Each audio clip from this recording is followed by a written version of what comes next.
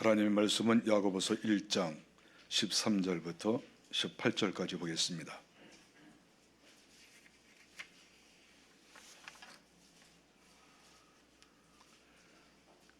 한 목소리로 같이 읽겠습니다. 사람이 시험을 받을 때에 내가 하나님께 시험을 받는다 하지 말지니 하나님은 악에게 시험을 받지도 아니하시고 친히 아무도 시험하지 아니하시느니라. 오직 각 사람이 시험을 받는 것은 자기 욕심에 끌려 미혹됨이니 욕심이 잉태한즉 죄를 낳고 죄가 장성한즉 사망을 낳느니라. 내 사랑하는 형제들아 속지 말라.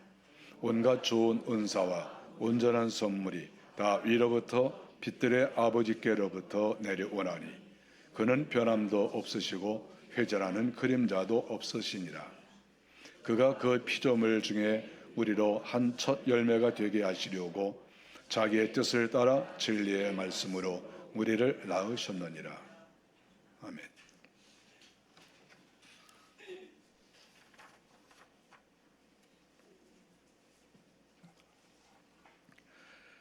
(18절) 보니까 하나님께서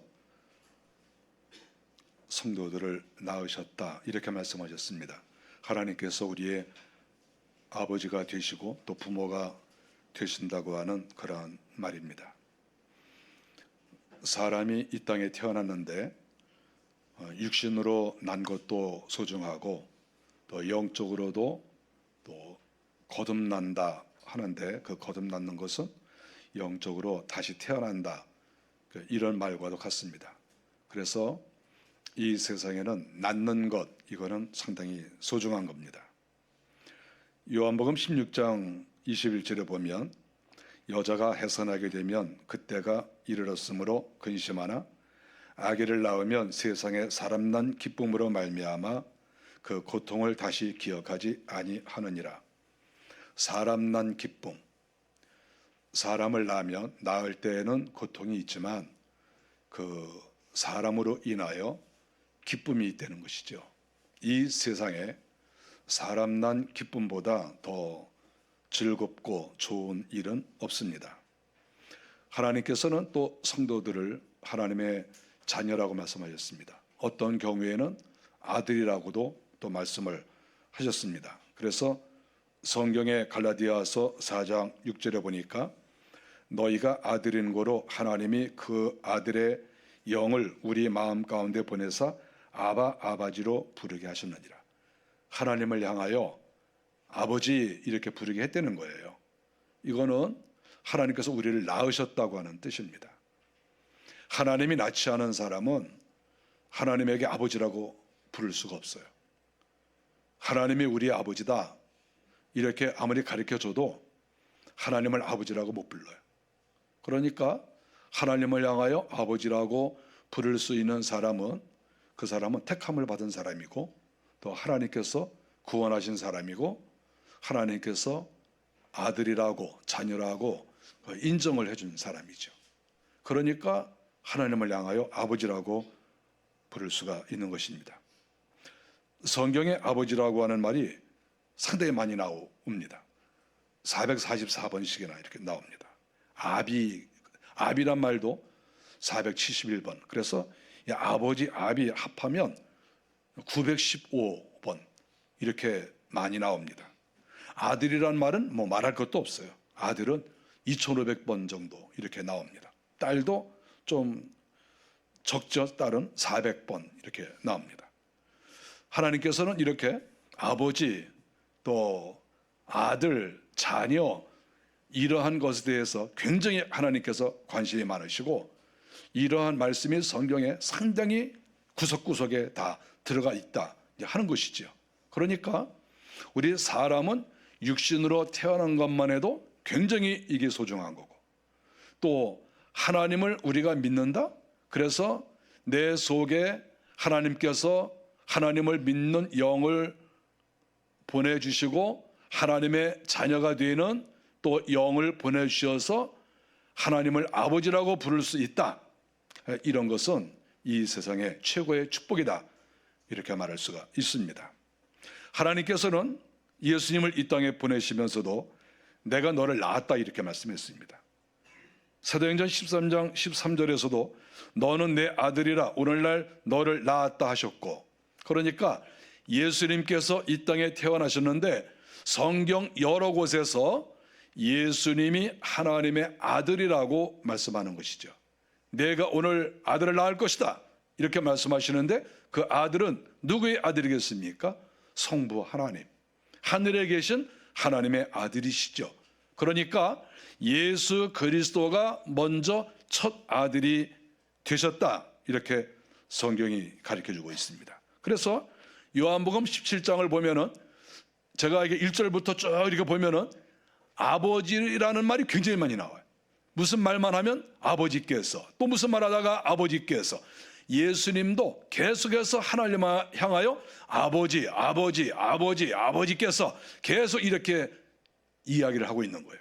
하나님도 예수님을 향하여 너는 내 아들 이렇게 말씀하시고 예수님도 아버지 이렇게 얘기를 한 거예요. 그러니까 아들과 아버지라고 서로 이렇게 부른 것이죠.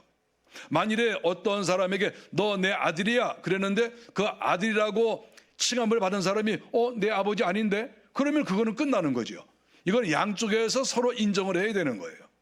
우리 하나님께서 이 땅에 많은 사람에게 너 내 아들이야 이렇게 만일에 예를 들어서 말씀을 했다 하더라도 만일에 어떤 사람이 저 하나님 나 아버지로 안 하려고 해요, 우리 아버지 아닌데요, 만일에 그렇게 말한다고 하면 그것은 아버지와 아들 관계가 안 되는 것이죠. 그 자녀 관계가 안 되는 거예요.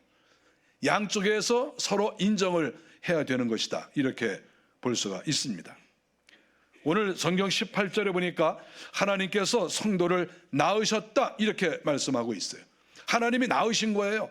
우리가 이거 잘 생각해 봐야 돼요. 하나님께서 우리를 낳으셨다? 우리가 육신은 우리 부모님이 낳지 않았습니까? 그런데 육신이 태어난 것도 사실 가만히 따지고 보면 하나님께서 우리를 이 땅에 낳게 하신 것이죠. 또 하나는 우리 속에 속사람이 있습니다. 우리의 영혼이 있죠. 그러면 이 영혼이 어디서 생겼겠습니까? 이 영혼은 저절로 생기는 게 아니라 하나님께서 그 영혼을 우리의 육체 속에 내가 태아로 있을 때 그때 하나님께서 우리의 영혼을 이 태아 속에 들어오게 하시는 거예요. 그렇지 않겠어요? 그래서 우리가 이 태아가 이렇게 형성될 때 여기에 하나님께서 영혼을 보내주시는 것이죠. 그래서 우리는 이 태아가 상당히 소중한 거예요. 왜냐하면 여기에 영혼을 보내주시니까. 우리가 신학자들이 늘 고민하는 게 뭐냐 하면 하나님께서 영혼을 언제 보내주시나요? 이게 굉장히 궁금한 부분입니다. 어떤 사람은 사람이 태어날 때 하나님이 영혼을 보내주신다 이렇게 주장하는 사람이 있고, 또 어떤 사람은 임신이 되자마자 하나님께서 영혼을 보내주시는 것이다 이렇게 또 주장하는 사람도 있어요. 그러나 또 어떤 사람들은 한 3, 4개월 정도 되면 그때 하나님께서 영혼을 보내주시는 것이다 이렇게 말하기도 하고, 또 어떤 사람은 태어나기 전에 바로 그때쯤 하나님께서 영혼을 보내주신다 또 이렇게 말하기도 하죠. 의견이 다 달라요. 어떤 것이 옳다 나쁘다 이렇게 말하기 전에 정말 소중한 것은 이 태아의 영혼을 보내주시는 거죠. 우리가 그 증거가 중요한 게 뭐냐 하면 하나님께서 말씀하시기를 내가 태에 있을 때 너를 택했다 이렇게 말씀을 하시는 거예요. 태에 있을 때. 그러니까 이렇게 어머니의 뱃속에 있을 때 하나님께서 벌써 택했다는 말은 영혼을 보내주셔야 되는 거예요. 속사람을 하나님 보내주셨어요. 우리가 또 하나 그 영혼이 그 태에 있다고 하는 증거가 뭐냐 하면 예수님의 어머니 마리아와 그리고 세례 요한의 어머니가 서로 만나지 않았습니까? 그랬을 때 성경에 보니까 그 세례 요한의 어머니의 뱃속에 있는 그 태에서 그 요한이 어떻게 했습니까? 그 요한이 태에서 뛰놀았다고 그랬어요. 저쪽에 있는 지금 저쪽에 여인이 있고 여인이 임신을 했어요. 이쪽 여인도 임신을 했어요. 근데 저쪽은 예수님이고 이쪽은 세례 요한이에요. 그런데 여기에 있는 태가 막 움직인 거예요. 평상시 뭐 이렇게 움직이는 정도가 아니고 아주 난리를 치듯이 아주 활동성이 있게 막 움직였죠. 성경에 그렇게 기록이 되어 있어요. 이거는 무엇을 가리킵니까? 이거는 벌써 이미 예수님의 그 영이, 하나님의 아들이신 예수님의 영이 벌써 마리아의 뱃속에 들어온 거예요. 마리아의 뱃속에. 그리고 세례 요한의 영도 또 어머니의 뱃속에 이미 들어온 거죠. 그러니까 서로 알아본 거예요. 이 태에 있으면서 저기 예수님 계시네? 그 아는 것이죠. 예수님은 원래 하늘나라에 계셨어요.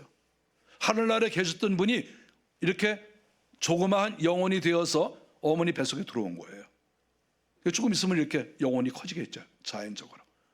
그거를 알고 있는 거예요. 그러니까 우리가 이 아기를 낳는다, 또 임신을 하였다, 뱃속에 아이가 있다, 이런 것은 상당히 이건 중요한 의미가 있는 거예요. 왜냐하면 영혼이 벌써 들어오니까. 그렇지 않겠습니까? 하나님께서는 이렇게 예수님도 낳으시고 18절에 나온 것처럼 성도를 낳으셨다, 이렇게 말씀하셨습니다. 첫 열매가 되게 하시려고 또 우리를 낳으셨느니라. 우리를 낳았다. 하나님께서 우리를 이 뱃속에 이렇게 어머니 뱃속에 넣게 하시고 그래서 태어나게 하신 거죠. 여기서 우리를 낳으셨다 했을 때 이 낳았다고 하는 말은 두 가지 의미가 있습니다. 그러니까 하나는 정상적인 출산도 여기서 낳았다, 이렇게 이 원어의 뜻이 그래요. 이 원어의 뜻이 보면은 정상적인 출산, 그러니까 낳은 거예요. 근데 어떤 경우에는 비정상적 출산도 있어요. 그러니까 아이가 갑자기 유산이 돼가지고 아기가 이렇게 10달을 채우지 못하고 나오면 사살이 되지 않습니까? 근데 그것도 이 성경에서는 똑같은 단어를 쓰고 있어요. 그러니까 우리나라는 좀 다르잖아요. 이렇게 정상적으로 분만했다, 애가 났어, 이거하고 또 유산이 되었어, 또 뭐 낙태를 했어, 이런 말하고 우리가 용어가 다 다르지만 여기서는 같이 쓰고 있어요. 그러니까 여기에서 낳았다고 하는 이 부분에서의 말은 정상적인 출산을 가리킵니다. 정상적으로 낳았다, 이 의미가. 그러니까 하나님께서 우리를 이 땅에 낳게 하셨는데 이 낳게 하신 것은 상당히 정상적이다 하는 거예요. 정상적으로 원리대로 잘 이렇게 엄마에게서 육신적으로도 나오고 영적으로도 이렇게 낳았다, 이런 의미가 여기에 들어가 있는 것입니다.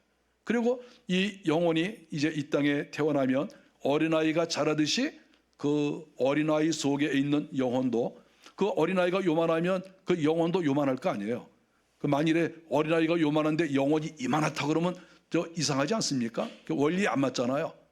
그래서 그 아이가 요만하면 영혼도 요만할 수밖에 없죠. 그런데 이 아이가 점점 커서 1m 이렇게 계속해서 자라가면 그 속에 있는 속사람도 자라요.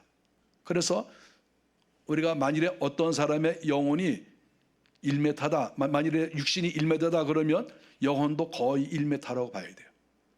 어떤 경우에 1m, 만일에 예를 들어서 80이다 그러면 그 속사람의 키도 정상적이라면 그 정도 이렇게 되어야 됩니다. 정상적이라면. 근데 만일에 하나님을 믿지 않는다, 그리고 죄를 많이 져서 완전히 그 영혼이 아주 사가버렸다, 그런 사람도 있잖아요. 그러면 그 키가 다 그 육신의 키와 같이 나온다고 제가 보지 않습니다. 그럼 키가 좀 작죠. 그 말라 비틀어졌으니까. 하나님을 믿지 않는 사람은 겉으로는 아주 멋지고 또 뭐 출세를 하고 그랬을지 모르지만 속사람을 보면 다 망가졌어요.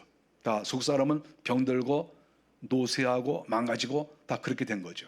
우리가 그래서 하나님은 사람을 외모를 보지 아니하시고 중심을 보신다, 이렇게 말씀하시는 의미는 우리가 겉으로 볼 때에는 예를 들어서 부유한 사람, 가난한 사람, 또는 뭐 여러 가지 그 사람을 나눌 수가 있지만 정말 하나님이 보시는 것은 그 중심을 보는 거죠. 그 중심이라는 건 뭐냐 하면 그 속사람을 보는 거예요. 영혼을 보는 거예요. 이 영혼이 얼만큼 잘 자라느냐, 장성한 분량에 이르렀느냐, 그렇지 않으면 그 영혼이 아직도 어린아이냐, 또는 이 영혼이 좀 컸지만 이 영혼에 어떤 장애가 생겼냐, 그 영혼이 말라버리고 그 영혼이 이렇게 늘 감사하고 기뻐하고 이래야 되는데 병든 자처럼 그 영혼도 그렇거든요. 이렇게 됐느냐, 이게 굉장히 중요한 거거든요. 우리가 겉사람도 무시할 수 없지만 속사람이 더 소중한 것이죠. 여기서 하나님께서 낳으셨다고 하는 이 말은 단순하게 육체만 가리키는 말이 아니고 영적인 의미도 여기에 포함되는 것이다 하는 것이죠. 하나님이 이처럼 우리들을 사랑하셔서 육신으로 이 땅에 태어나게 하시고 그 안에 영혼도 이렇게 하나님은 주셨다. 그러니까 하나님께서 이렇게 우리 성도들을 사랑하는 것이다 하는 것입니다. 그랬을 때 오늘 우리가 성경에 보니까 우리 성도들 가운데 어떤 사람은 너무 힘들고 어려운 일이 있는 거예요. 그랬을 때 이제 잘못 생각하면 왜 하나님께서 나에게 이렇게 시험하시고 나를 실족하게 하시고 나를 이렇게 힘들게 하시고 하나님께서 왜 그렇게 하실까? 하나님은 나를 사랑하지 않나? 이런 마음을 가질 수도 있다는 거예요. 그런데 하나님은 여기서 냉정하게 말씀을 하십니다. 우리 오늘 성경에 보니까 14절에 우리가 어떤 문제가 생긴 것은 각 사람이 미혹되었기 때문이다 이렇게 말씀을 하십니다. 아주 무섭고 냉정하고 충격적인 그런 말씀이죠. 너희가 미혹돼서 그런 거다. 하나님이 왜 시험하느냐? 너희를 왜 괴롭게 하고 왜 너희에게 큰 문제가 일어나게 하고 너희들이 정말 죽었으면 좋겠다 이런 생각을 왜 갖게 하겠느냐? 내가 너희를 낳았는데 내가 너희 속에 영혼을 보내주고 택한 사람으로 내가 다 만들어줬는데 내가 쓸데없이 너희들에게 고통 주고 어려움 주고 그렇게 정말 살고 싶지 않게 만들겠느냐? 이렇게 하나님께서 말씀을 하시는 거죠. 미혹됐다 이렇게 말씀을 하시는 거예요. 여기서 미혹이라고 하는 이 헬라어 원문을 보면 이 뜻이 뭐냐 하면 물고기가 이 미끼를 물어가지고 이 낚시에 걸리는 것을 가리킵니다. 그러니까 하나님의 말씀은 너희가 지금 시험당하고 고통당하고 뭐 죽고 싶고 뭐 여러 가지 문제가 있느냐? 그거 하나님 그렇게 하신 거 아니야. 너희들이 지금 이 마귀가 이렇게 미끼를 딱 던졌는데 그거 딱 물었어 너희가. 그래가지고 마귀가 지금 이렇게 흔들고 갖고 노는 거야. 이거 그런 것이지 하나님이 그렇게 하신 게 아니야. 지금 성경이 그렇게 말씀을 하고 있습니다.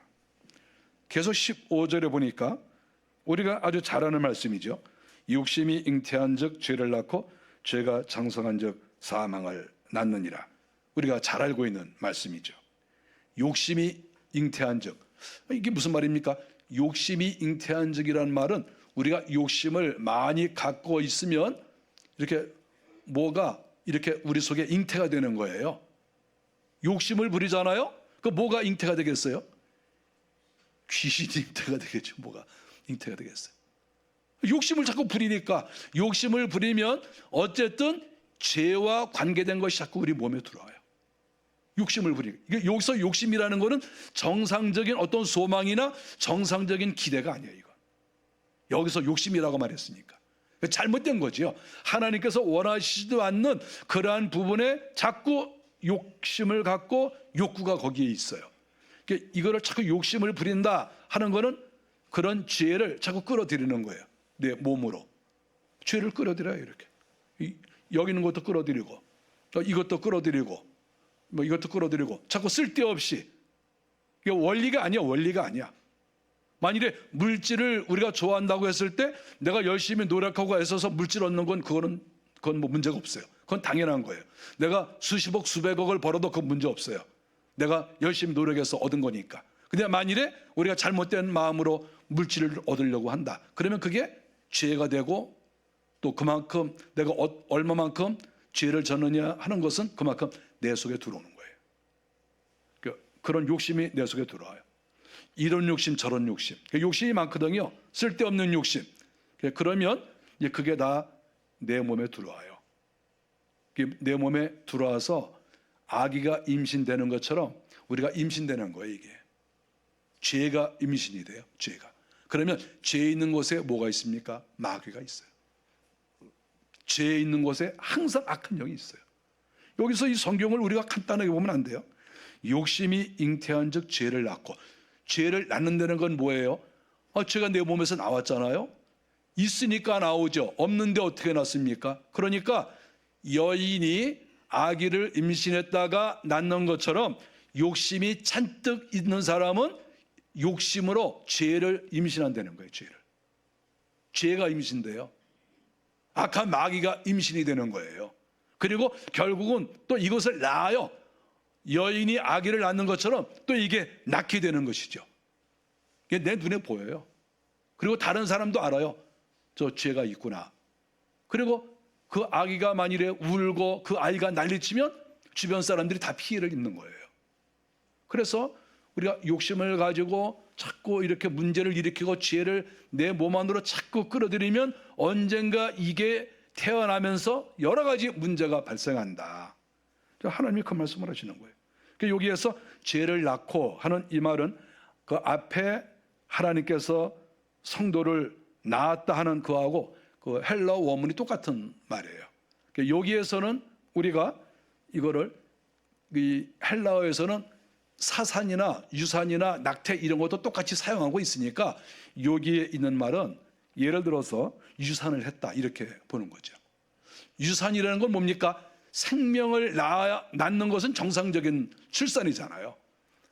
딱 낳는데 이 아이가 울고 이 아이가 생명이 있어요. 그러면 사람 난 기쁨이지요. 너무 사람들이 기쁘고 주위 사람들이 기쁜 거예요. 그런데 지금 죄를 잔뜩 끌어안고 있다가 이걸 낳았어요. 근데 이걸 낳는데 생명이 없어요. 거기 생명이 없는 거예요. 사산이 된 거예요. 사산 또는 유산이 된 거예요. 그러니까 낳기는 낳았는데 생명이 없으니까 사람들이 좋아하지도 않고, 사람 난 기쁨이 얼마나 즐거운 건데요. 그러니까 이거 뭐 사람들이 즐거워하지도 않고 오히려 이런 유산을 했기 때문에 본인도 너무 힘들고 주변 사람들도 너무 힘들고 이렇게 되는 것이죠, 이게. 그래서 욕심이 잔뜩 있으면 죄를 낳고 또 죄가 장성한 적, 이 죄가 점점 더 커져요. 그러면 어떻게 됩니까? 이제는 사망을 낳느니라. 이제 사망을 낳아요. 이것도 유산이에요. 사망을 낳는다. 즉 뭡니까? 생명이 나야 즐거운데 사망을 낳았어요. 그러면 즐거울 일이 없잖아요. 그러니까 결국 이것은 자기 자신도 사망을 낳았으니 너무 슬플 것이고 그 사망으로 된 그 자체들도 사망이니까 어둠을 주변 사람들에게 다 나누어 주고 그거를 본 사람들, 그것을 느낀 사람들, 이런 사람들도 다 고통을 당하고 죽는 맛을 느끼게 된다. 이렇게 성경이 말씀을 하고 있는 거예요. 결국 죄를 많이 지은 사람들은 죽은 아이를 낳는 사람과 같다. 이렇게 말할 수 있어요. 죽은 아이 낳다. 저는 기도를 하면서 예수를 잘 믿는 사람의 그 영혼을 늘 생각해 보고 또 예수를 믿지 않거나 아주 엉망으로 사는 사람, 그리고 독재자들, 전쟁광들, 이런 사람들의 상태를 기도하면서 이렇게 보면은 다 속에 있는 것들이 다 죽어 있거나 다 크게 장애를 입거나 그런 상태로 있는 거예요. 하나님의 사람들의 모습과 이런 악한 사람들의 그 모습, 겉모습도 다르겠지만 그 속 사람의 모습이 완전히 다른 거예요. 사망을 낳는 사람하고 생명을 낳는 사람이 같겠어요? 하나님을 믿는 사람은 남자이든 여자이든 지금 우리는 임산부와 같아요. 우리가 무엇을 내 몸에 받아들였느냐에 따라서 낳는 게 달라요. 하나님의 은혜를 많이 받고 성령께서 내 속에 많이 역사하시고 그러면 우리가 낳을 때에는 생명 있는 것을 낳게 되겠죠, 당연히. 그런데 자꾸 죄를 짓고 문제가 많이 있는 것들을 자꾸 내가 집어삼키고 내 뱃속에 놓고 이제 그러다 보면 이제 언젠가 이렇게 봤을 때 다 사망을 날 수밖에 없다. 내 속 사람도 다 죽고, 내 속 사람이 죽었는데 어떻게 죽은 사람이 정상적인 그러한 것들을 낳을 수가 있겠어요? 우리가 육신이 죽은 사람도 아기 못 낳아요. 육신 죽은 사람. 그리고 속 사람이 죽은 사람, 영혼이 죽은 사람도 절대 생명을 낳을 수가 없어요. 좋은 걸 낳을 수가 없어요. 다 죽은 것만 낳는 거지. 그러니까 하는 일들이 다 이렇게 못된 일만 할 수밖에 없다. 하는 일들, 해놓은 일들이 다 생명과 관계없는 그런 지저분한 쓰레기 같은 것들만 사방에 다 이렇게 널어 놓을 수밖에 없다. 그것을 우리가 알아야 됩니다. 낳긴 낳았는데 전부 쓰레기야. 낳긴 낳았는데 전부 이거 오염된 거예요. 낳긴 낳았는데 이거 뭐 하나 쓸 데도 없어. 그런 것들을 우리는 그렇게 사는 것이죠. 어쨌든 내 몸에 무엇을 넣느냐에 따라서 이렇게 인생이 달라지는 거예요. 하나님의 은혜를 많이 받아들인 사람, 그런 사람은 생명을 낳는 거죠. 온갖 더러운 쓰레기들을 잔뜩 몸에 집어넣은 사람, 그런 사람은 쓰레기 같은 것만 다 낳을 수밖에 없다. 그것을 성경에서 가르쳐주고 있습니다. 우리 성도들은 하나님께서 하나님의 사람들을 보내셔서 우리를 낳게 하신 거죠. 사도 바울이 고린도전서 4장 15절에 말하기를 그리스도 예수 안에서 복음으로써 내가 너희를 낳았음이라 이렇게 말했습니다. 사도 바울은 우리 주님을 만났잖아요. 그리고 주님께서 그 속에 큰 은혜를 주시고 성령에 충만한 사람이에요. 그러니까 사도 바울은 이렇게 입에서 말이 나오면 복음적인 말이죠. 사람들에게 은혜가 되고 영혼을 살리고, 바울이 복음을 증거해서 많은 사람들이 예수를 믿었거든요. 그러니까 바울은 그걸 이렇게 표현했어요. 내가 너희를 낳았다 그랬어요. 전도를 해서 그 사람이 예수 안에서 잘 성장했어요. 무조건 전도만 했다고 낳은 게 아니죠. 전도하고 잘 그 사람을 양육하고 나서, 그러고 나서 내가 너를 낳았다 이렇게 얘기한 거죠. 굉장히 이거 멋진 거 아니겠습니까? 우리가 교회 안에서도 이렇게 10년, 20년, 30년 된 또는 그 이상 된 교회들도 많이 있죠. 근데 그런 교회를 보면은 어떤 성도들이 이렇게 어떤 분들이 전도해서 그 교회에 나와서 또 그분들이 또 교회에서 신앙생활 잘 하시고 중요한 일도 맡고 이렇게 하시는 경우도 많이 봐요.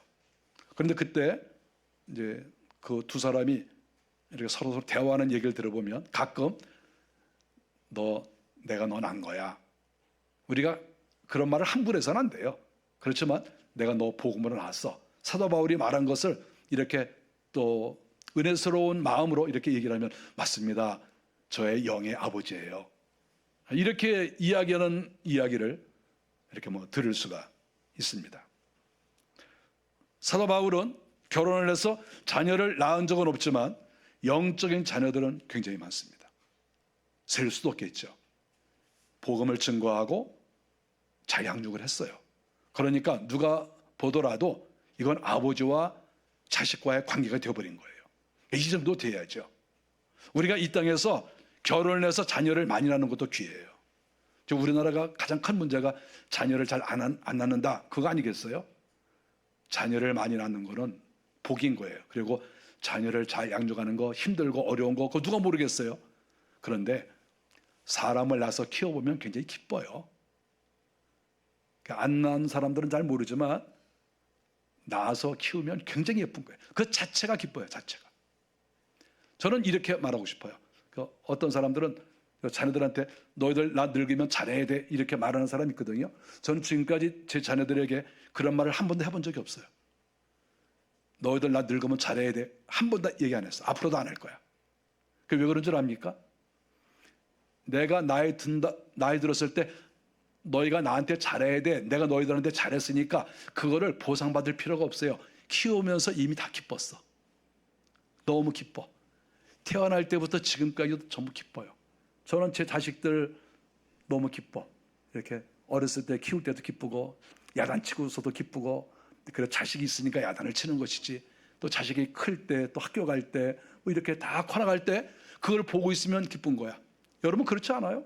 그럼 그걸로 끝난 거야. 이미 보상 다 받은 거예요. 뭘 나중에 늙은데 뭘 잘하긴. 이미 다 보상 받았는데 너무 기뻤는데. 그렇지 않겠어요? 그러니까 저는 그런 얘기 안 해요. 이미 다 기쁜데 이미.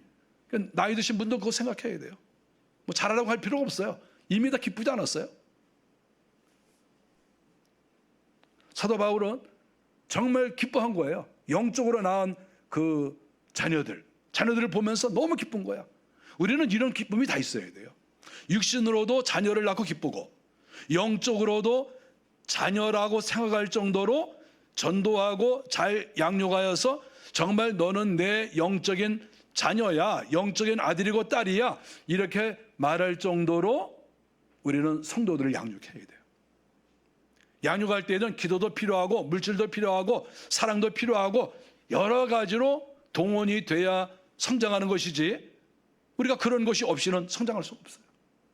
우리가 아이를 키워나갈 때 얼마나 많은 정성이 들어갑니까?